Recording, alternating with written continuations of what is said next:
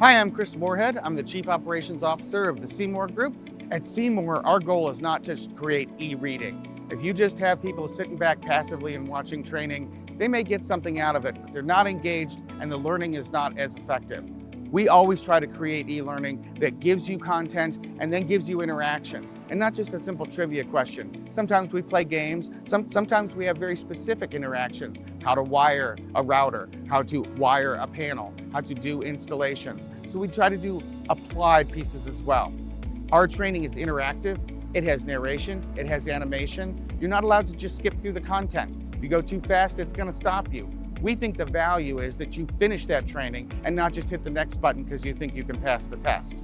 Then we have robust testing, various different categories that we can pull from to make sure that all the training topics are covered and that it's randomized across a large pool of questions so no two users get the same test.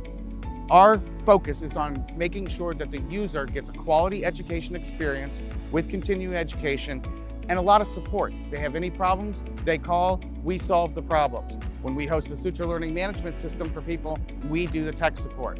What differentiates us is we care about education. We care about making a skilled workforce, and that's the way that we design our training.